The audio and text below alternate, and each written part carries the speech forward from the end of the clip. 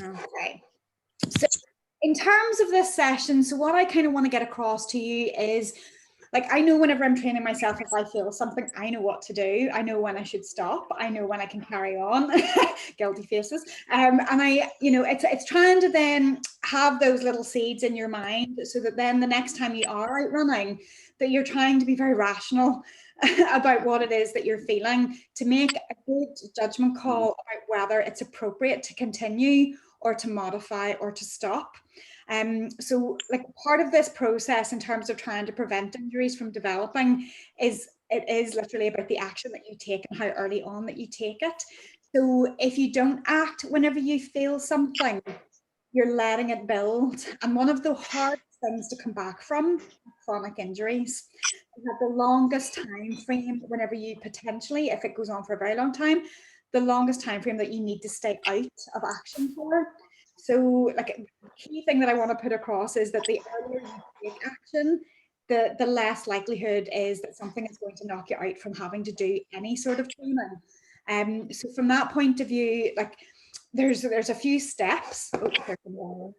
There's a few steps that you can take to go through like a mental process to see like, well, how do I modify what I'm doing so that this doesn't develop?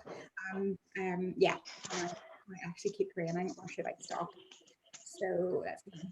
Hi Irene, can you hear me? Hello Tanya, how are you? Not too bad. Yourself? Fine. Okay, doke. Just with me. Right, I've got a few dogs in here that are reacting. So if you do start to go, then yeah, if you want to mute yourself, that would be grand. I'll just mute here. Off track because already I'm starting. I can go off track very easy. So what I want you to think about. So the first step that I would want you to think about. So say for example that you're out for a run and you start to feel a bit of a niggle, and the first step is trying to quantify that niggle. What is a niggle? So a niggle to one person can mean something completely different to somebody else. So a niggle to me is anything. So if your body is telling you any information that something feels like it feels tighter, or that there's a little like an iota of pain that has started to creep in, and that pain could be an ache, it might be something sharp, it could be anything. Your body's only way of talking to you is either by telling you that there's tightness, or that there's pain, and that pain could be sharp, dull, it could be pins and needles, it could be numbness, it could be a number of different sensations. So you need to kind of think that if I'm out running and I feel something, what is it that I'm actually feeling?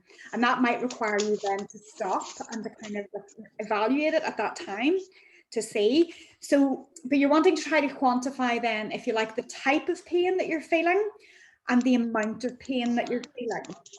And it's very important at that time that you're doing kind of assess it. I don't know what's happening with Rachel, but I always hear these hands. I'm doing this every so often. So there we go, that's better, thanks. So in terms of that, if you feel something that is just like a minor little ache, okay, then when you stop, if it disappears and you start again and it comes back, your body is telling you that there's something a little bit more there, okay? If, for example, you were to do like a small stretch on that and it takes it away, and then you go again for a little while and then it comes back, there is something building. So you're better at that point to stop. Okay, you might have to walk back, or maybe you take the intensity, or whatever distance you plan to do, do not finish that distance, because by the end of it, it will have more. And if it's just like this, then the chances are that the recovery time from that will take longer. Okay, so you're kind of evaluating the type of pain. If it's something that's very sharp, I would generally say that's okay. If it's something that's just a mild ache, then this is where you want to evaluate it, and you would maybe try just a little bit of stretch when you're there. It takes it back, and you start again, that comes back, then yeah, you need to come down in terms of the intensity. So instead of maybe running the dog, and if that stops it, then you may be able to continue on, or else you might have to walk back. Okay, does that make sense? Okay. So from that, like obviously that ache is can relate to a number of different things, and your history. you know, in terms of or if you've had previous niggles in those areas, or maybe if you felt something previously in that area, that is also another warning sign that if it is a repeat, you're better to stop. Okay. And again, I'm not telling you have to stop training. We're going to get to that at another point. But if that case is at that point and you feel it, that you do need to go back from it. So if, for example, if you woke up in the morning, and this wasn't even when you were training, and you felt that your calf was tight, right, Margaret? Tanya, sorry, maybe everybody should go on mute. I'm hearing a lot of background noise. It is a bit of noise, and I'm not sure where it's coming from. If you want me to read everything, yeah, okay. Let's see. Okay, doke. So if you do need me, yeah, just give me a wave, okay, if you want to ask anything. Let's see.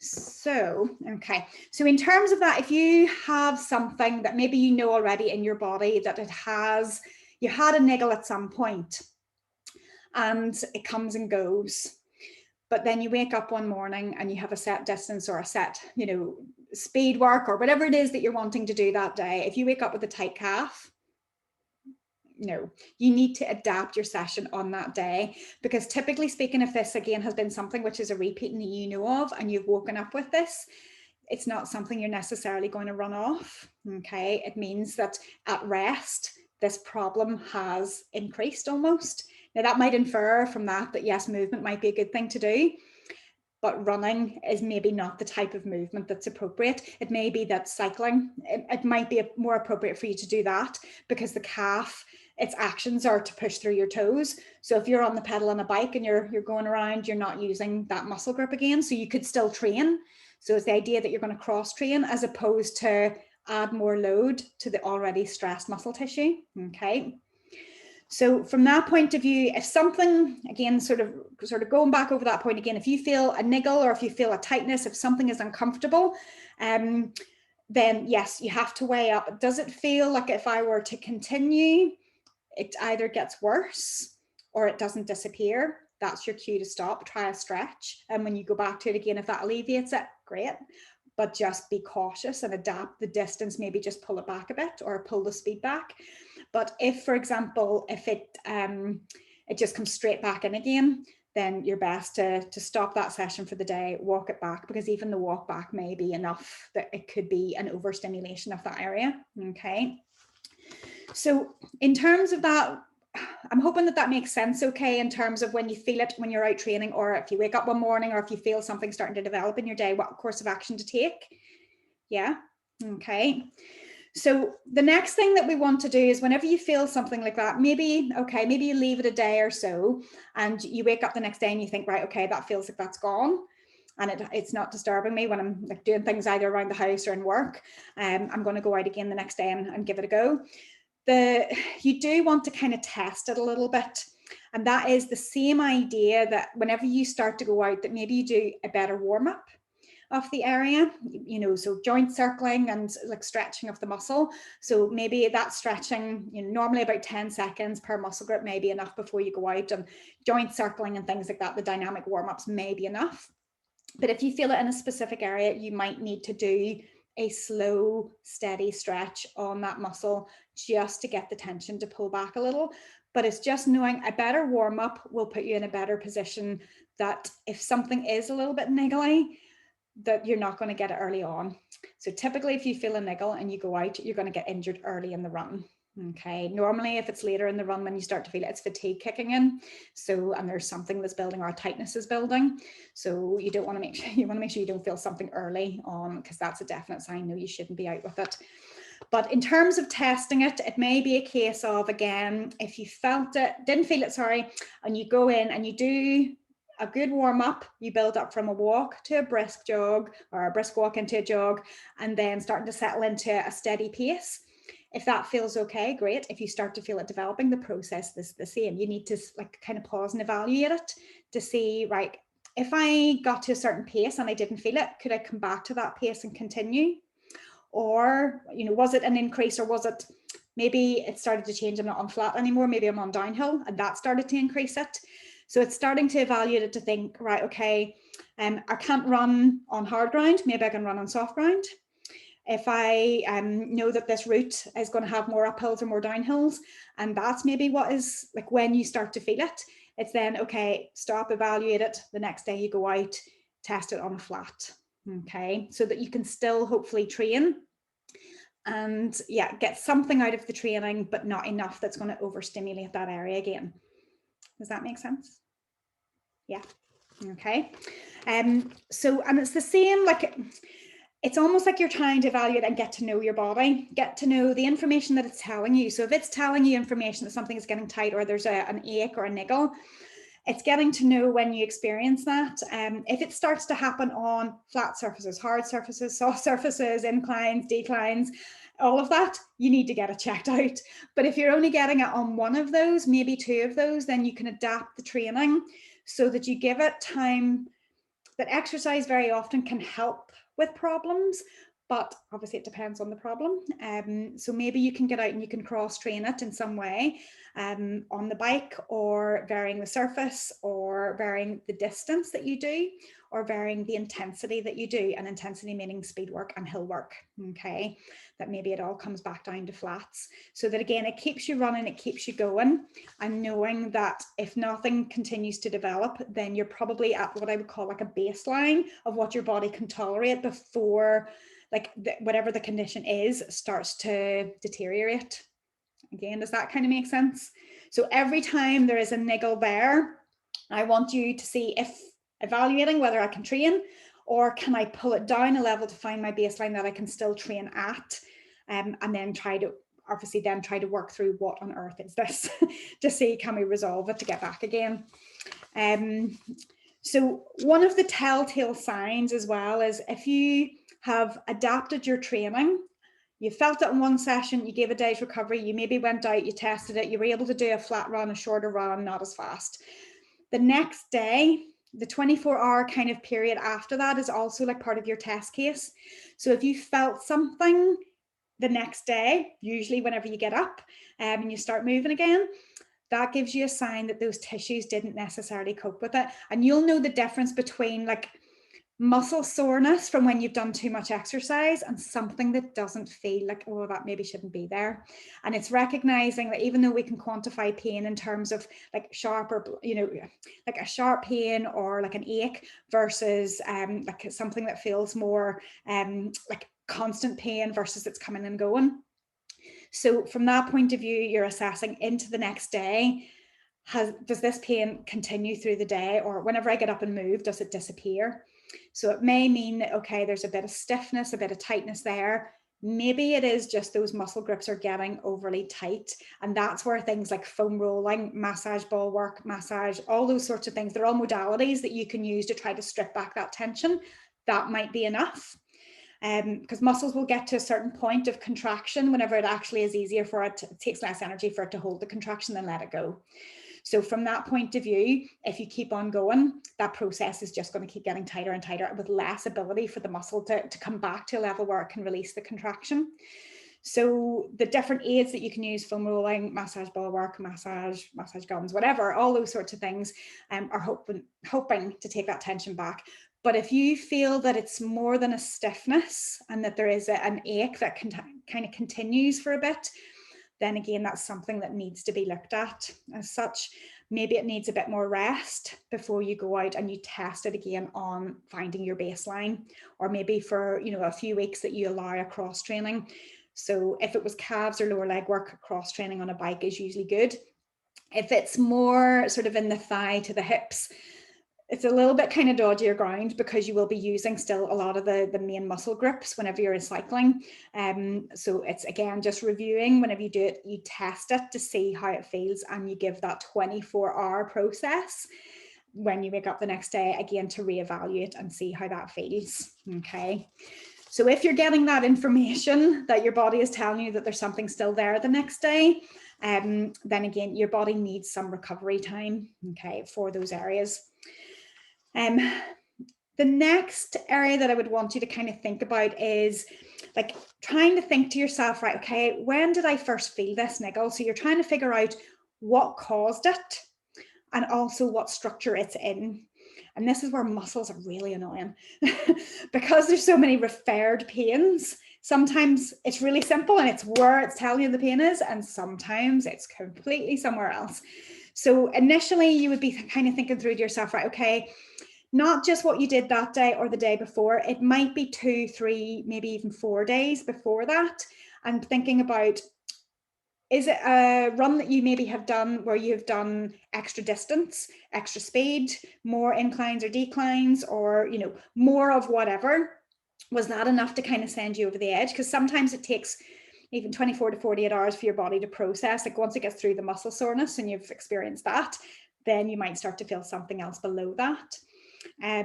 So in terms of that, you're trying to figure out, okay, what have I done before? And like sometimes it's not even what you've been doing in the run. It might be something else in life. You know, with COVID, the way everything is, people have been doing more stuff around the house. So moving furniture, building DIY stuff, gardening, doing things that you wouldn't normally do, or maybe even just in general, your active daily life with work and whatever else you've been doing hasn't been as active.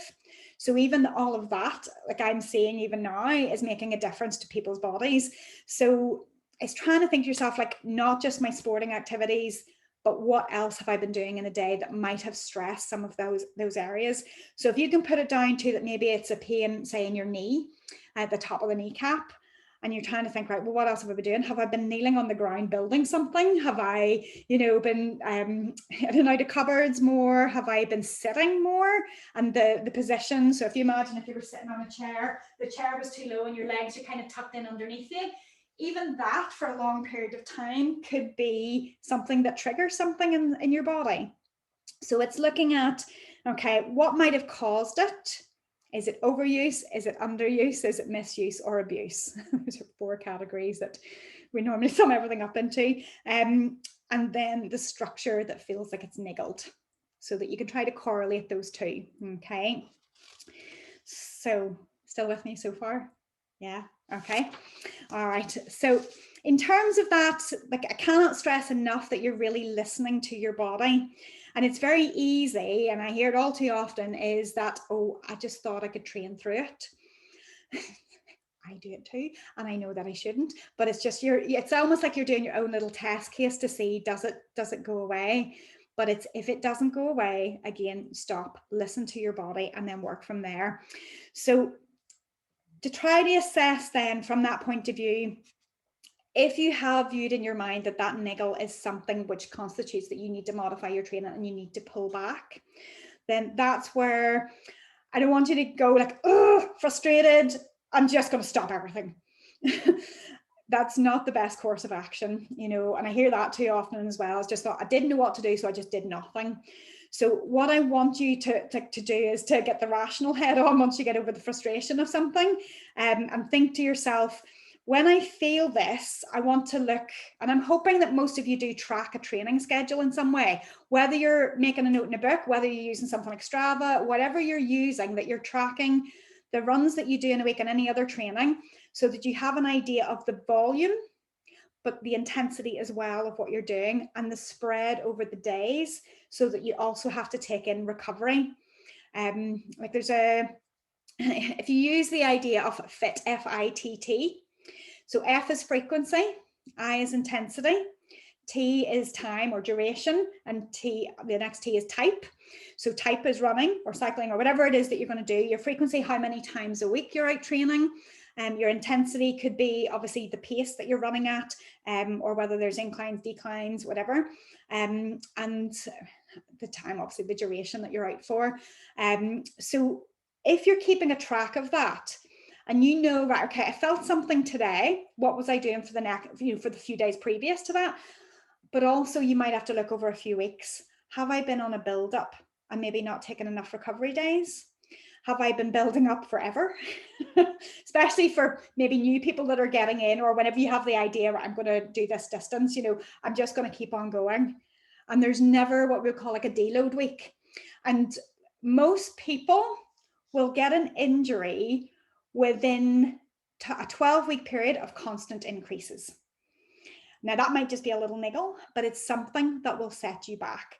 So from that point of view, usually I would suggest for most people, it's somewhere between week 4 and week 8 that you would take a deload week. And that doesn't mean you stop. It means you pull it back to about 50% of what you were doing. That could be 50% in time, the pacing, the intensity, any of those variables or all of them.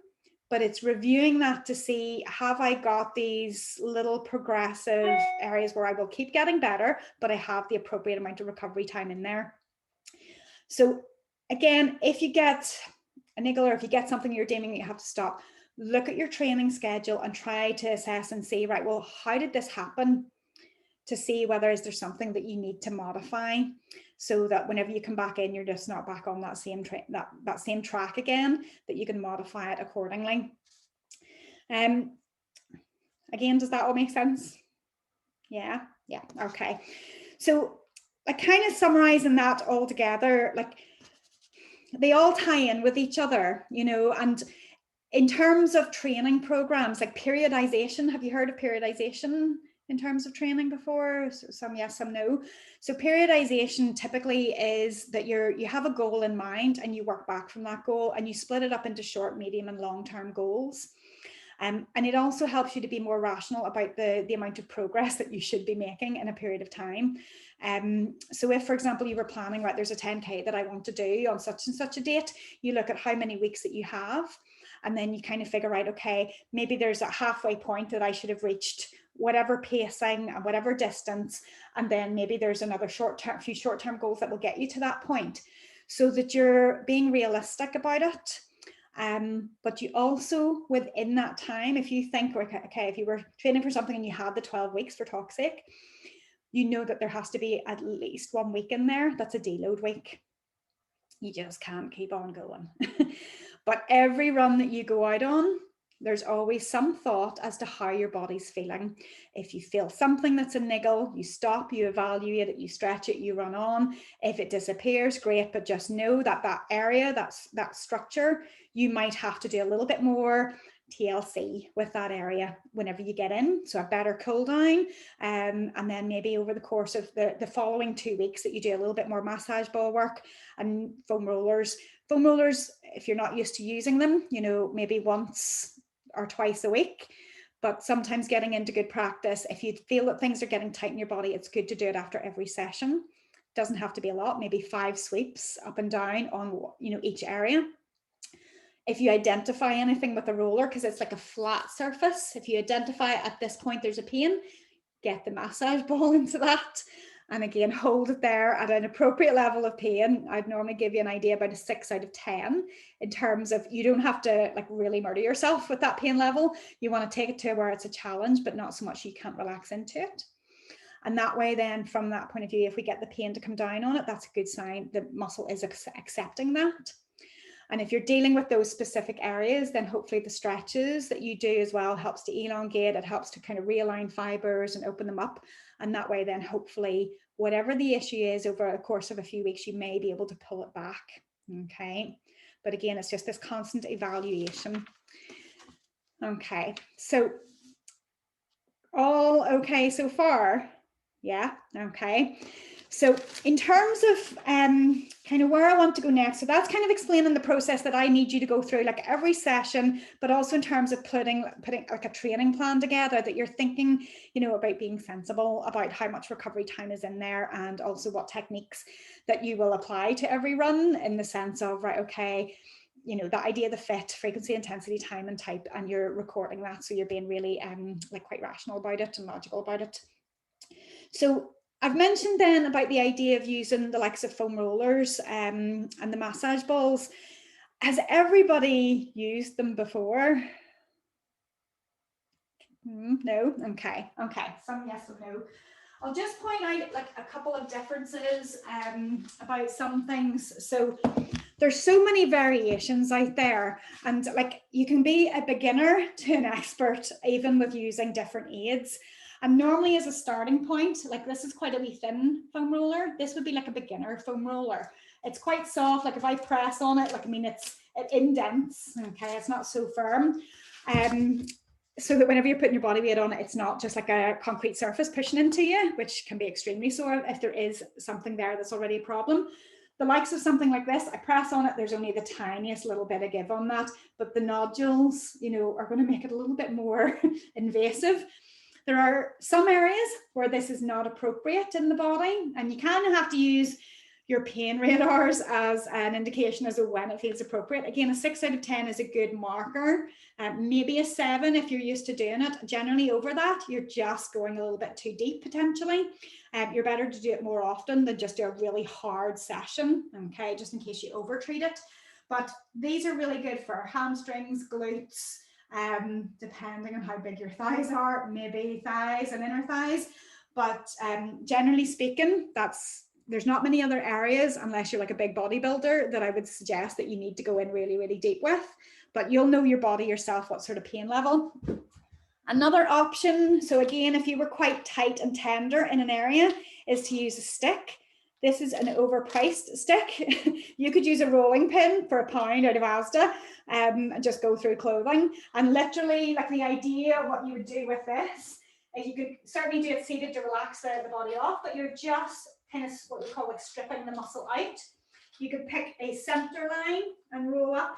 Again, the pressure that you put in, you need to feel like it is putting, let's see, if you imagine you're rolling out dough, if you weren't pushing hard enough, you wouldn't spread out the dough. So you're trying to spread out the muscle tissue, even though it's not going to potentially move anywhere. So you're working upwards to stretch away from that attachment point. You're working downwards to stretch away from the other attachment point. But generally speaking, we want to work with blood flow. So there's more up than there is down. And you can work, you know, if you imagine you're dividing it up into lines, center line, diagonal line, outside line. Inside, you can do as well. You can come from behind. So the rolling pins can be really, really handy. You can do the front of the shin, just that muscle that's on the outside. You can do your calf, again, different angles. So from that point of view, if you're tender and you're sore and your body weight on a foam roller is too much, you have another option that you can use, which is going to be more like tapered, so that you're not, again, going to maybe overdo it whenever the muscle is stressed. The massage balls, you've got a variety again. In terms of working in with things, tennis ball, again, is like your starter point. It's the softer, okay? So there's an awful lot more give when you push in, but sometimes when you really just want to get into something, that's not enough, because you'll push in and you don't get the pressure you need. So the likes of the harder, like I can just about squeeze that. You don't have to have them with spikes. You can get smooth ones as well. Not everybody likes the spikes. I like it because it sticks to where you want to work into it. It does leave you looking like a hedgehog after you've been spiked by a hedgehog after, but it just means that you can be, you know, if you felt something specific in an area, you could lean against the wall and push into it. You could be sitting on the floor, pushing into it, wherever you need to be to get that pressure. So if I was feeling something like, say, for example, in my hamstring, then it might be more tricky to get out from the wall. So I could just put it underneath. I can put extra pressure down. I kind of find sitting on a hard chair, if you need to get into hamstrings, is really good, and glutes. Generally speaking, inner thighs, and you might be lying on your side to get at it. Quads and outer thigh, I quite like standing against the wall, you know, to try to get, so if there was a particular point in there that I just wanted to find, and then I'm leaning my weight in, but I'm trying to relax the leg that I'm working on, press it in, hold it, wait for it to ease. And like in terms of working that, another really common area, like inside of the calf, especially if you pronate a little bit, then, you know, that's an area really quite sinister. So you could come into side sitting position and pop the ball just to the inside, and you can kind of move up and down on that to find where those sore points are. And if you need to put more pressure in, you can, or you're just pressing your knee down. Again, you find those points that are the more tender to you, press in, hold it, and wait for it to ease. Smaller balls, that's about 7 centimeters, are easier to use than the bigger ones, but the bigger ones are good as well because they're a wider surface area. So if something's really tender, again, that might be like an entry ball, then that might be more focused. So it's good to have a variety because you just never know which one's going to be more effective. And then the likes of peanuts, which is like 2 balls connected. they're still good. They're good for glutes and things, and they're good for down both sides of your spine. I tend to find that's kind of better for your back area. But as a runner, you know, your legs and arms are turning the same number of times, and depending on posture and things like that, and especially if you're doing speed work, you can definitely get very, very tight and around there. So they're good too. So in terms of those as aids, like the main sort of technique, I would say, like if you're using it just as a general, maybe with a foam roller or a rolling pin, 5 or 10 sweeps in an area. So one line, next line, and work your way through the main muscle groups. Massage balls in one area, do maybe 5 points as a maximum.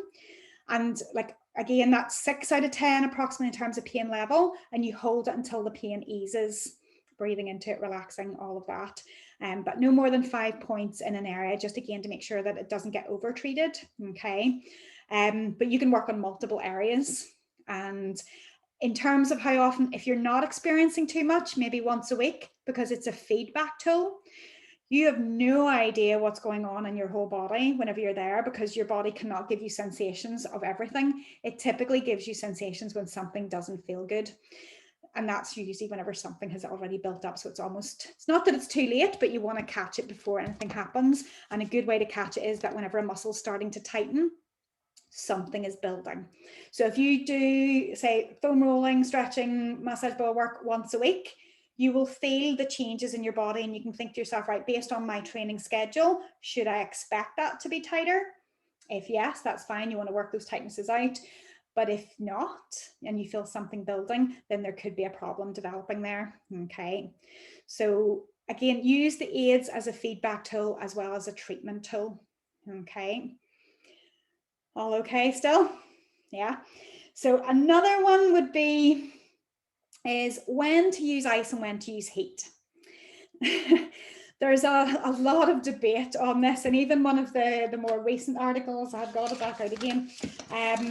There's so much research that was going on in it. You know, there's about 20 different articles where they are investigating whether the rice regime is appropriate anymore. Ice is a pain reliever, and that is all. So when you apply ice, whenever you've been out training, so you come in, whether you're getting like an ice bath or whether you're applying ice to an area, all you're doing is slowing down the inflammation and the healing response, and you're relieving pain. And that's why it feels nice to do, because if you're sore, say for example, if you've done a longer distance than you've ever done, you're going to be aching, you're going to be sore. It feels nice to go into ice because it takes the pain away. It's not the best thing. The research is now pointing in the direction that you're better to let your body kind of recover. For me, Epsom salt baths.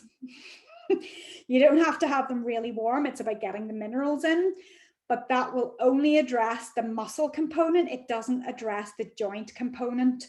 So if your muscles feel great the next day and you know that they shouldn't, do not go out and run again. You know, you need to make sure that you give appropriate recovery time if you've done something that's much longer.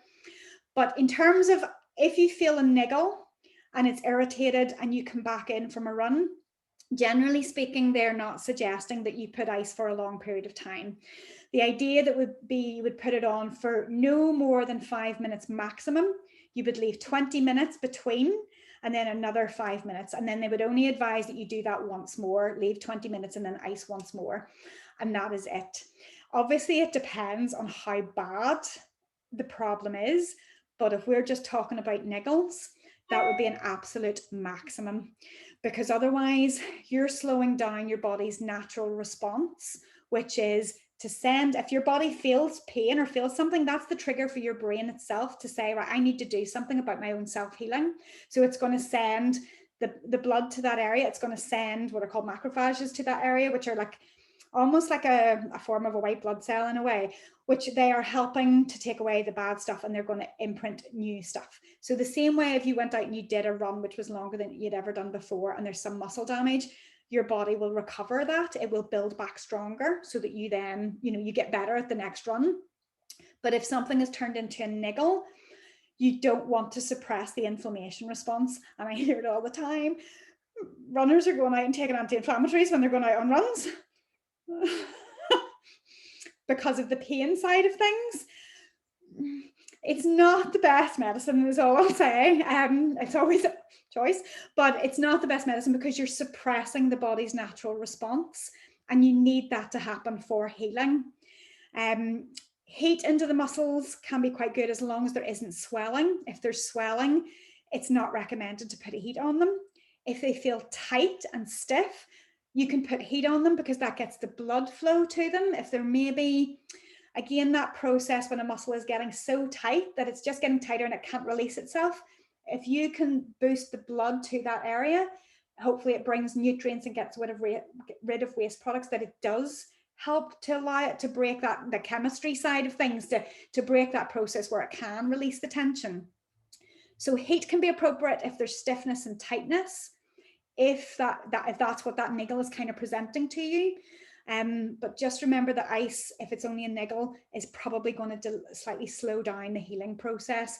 But if you need pain relief, then that 5, 25, and if you need another blast, 20, and then 5 minutes application. But otherwise, just if they are a bit tight, a bit niggly, then heat is fine. But if there's swelling, that's whenever, yes, you would go through the compression and the elevation and the other aspects of it, and resting, okay, to make sure that you don't irritate it. But that's where cross training and maybe on a bike might be a different story.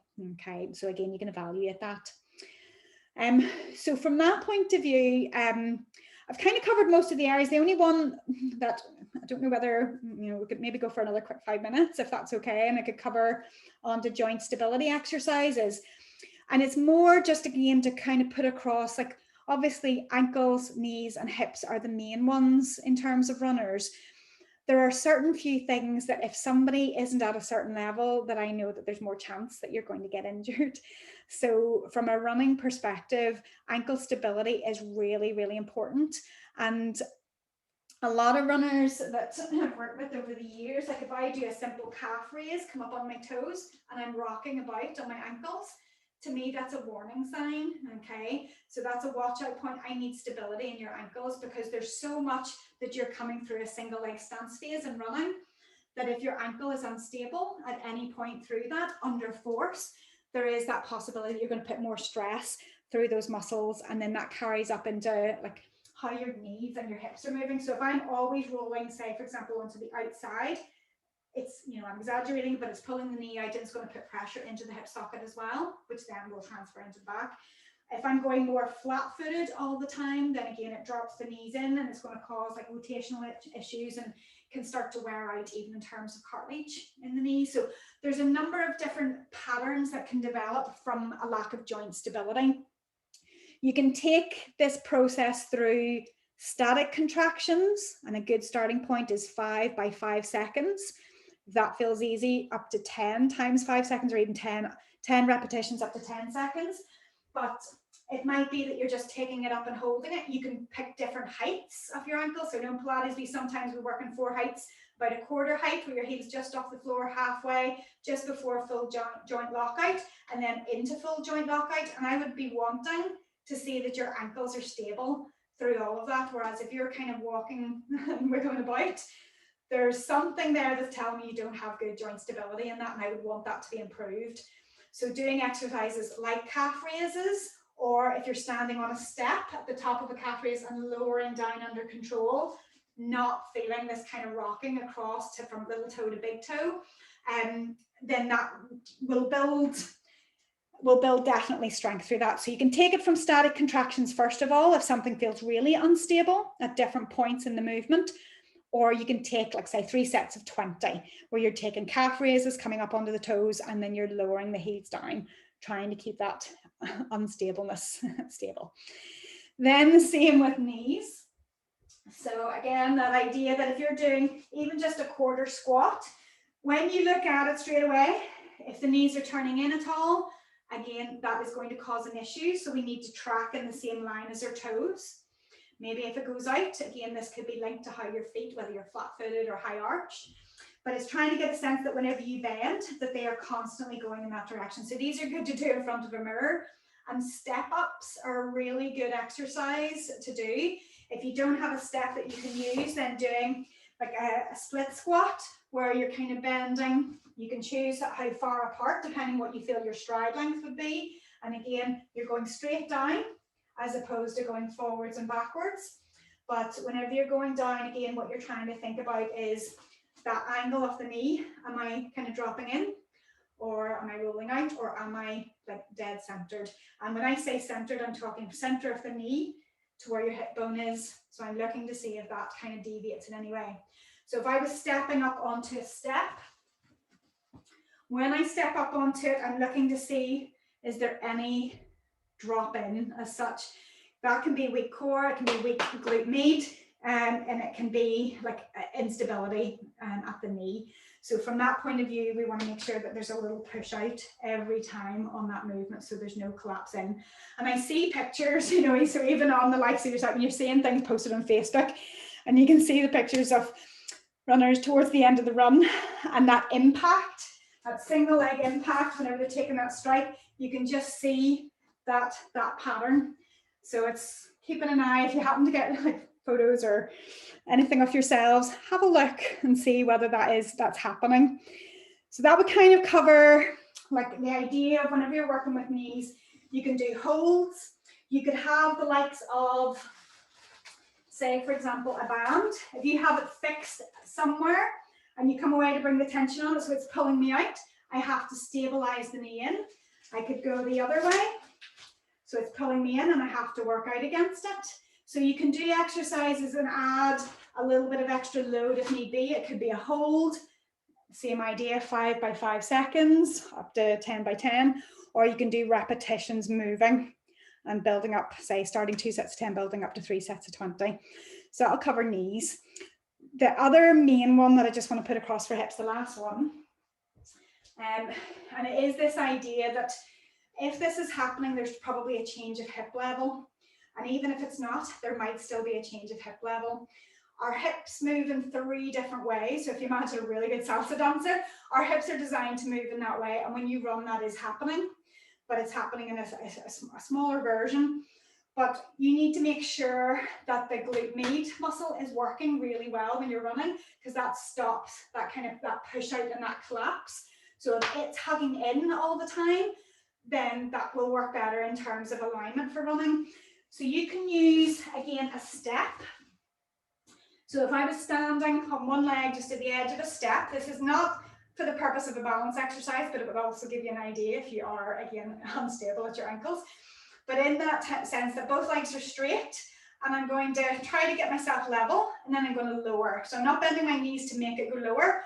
This will also affect like your hip, the mobility in your joints at the back. So it's not like everybody's going to be able to get all the way down. You work with what range you've got, and as long as it's not sore. But when you're doing this as a movement, you're trying to think, I'm contracting through the leg, I'm pushing down through the step. When I push down, I rise up. I can also think about hugging my hip in. When I hug it in, it also pulls me up. And I can use a core component, which is pulling up to pull me up. So all 3 of those can be an emphasis, but if you feel like your running style, when if you see pictures or whatever, if your hip is sticking out and your knees turning in, focus on the hip hugging in, and that's what creates that movement. And you should feel that working right into the bullseye of the butt when you're doing that as an exercise. If you don't have steps, again, just bend one knee and you can do the same thing, okay? If you're typically getting up to around about 10 reps in those, and if you're getting a little bit of burn, you need to do a lot more. The same on calf raises. If you're doing calf raises on both legs and you're only getting to maybe about 10 and you're getting a burn, ideally, like if I was to put a number on it to say, yeah, I'm certifying you to go on ahead and go out running, 25 reps is usually a good marker. Okay, so that's why I'm usually suggesting like 3 sets of 20 is a good training zone to be in to develop muscle strength. So for the endurance type of thing. Yeah, I think that's everything I wanted to get through. So yeah, so I'm gonna, I don't know if I can unmute you. I think you all have to unmute yourselves. I think the way that it all works now. So so you can let me know. I don't know whether if that's kind of what you were wanting to get out of this. But in terms of that, does that feel like that's useful? Yes. Yes, thank you very much. Definitely. All right. Do you kind of, I'm hoping that you have a plan in your mind that the next time you go out for a run, if you feel it, you're going to do. Yeah. Stop, evaluate it, test it, adapt your training, cross train as needed, and then deal with it afterwards. Don't just ignore it and rest it, and deal with it as well. And you've got whatever aids that you need to, hopefully, you know, to try to work through if it's just tightnesses that are developing. And then also just in terms of working on those joint stability things, again, you know, 3 times a week with any sort of training is good, making sure you take a rest day in between. And sometimes some of those movements can be actually really good as part of a warm-up before you go out, so that it's cueing you in to ankle stability, where your knee alignment should be, and also what your hips are doing. So, so yeah. Do you have any questions?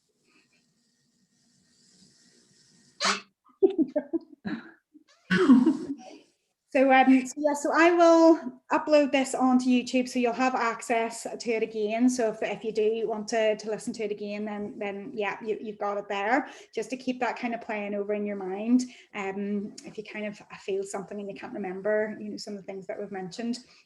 But yeah, and if you have any questions, then yeah, you can fire them to me. So but yeah, hopefully that's been helpful.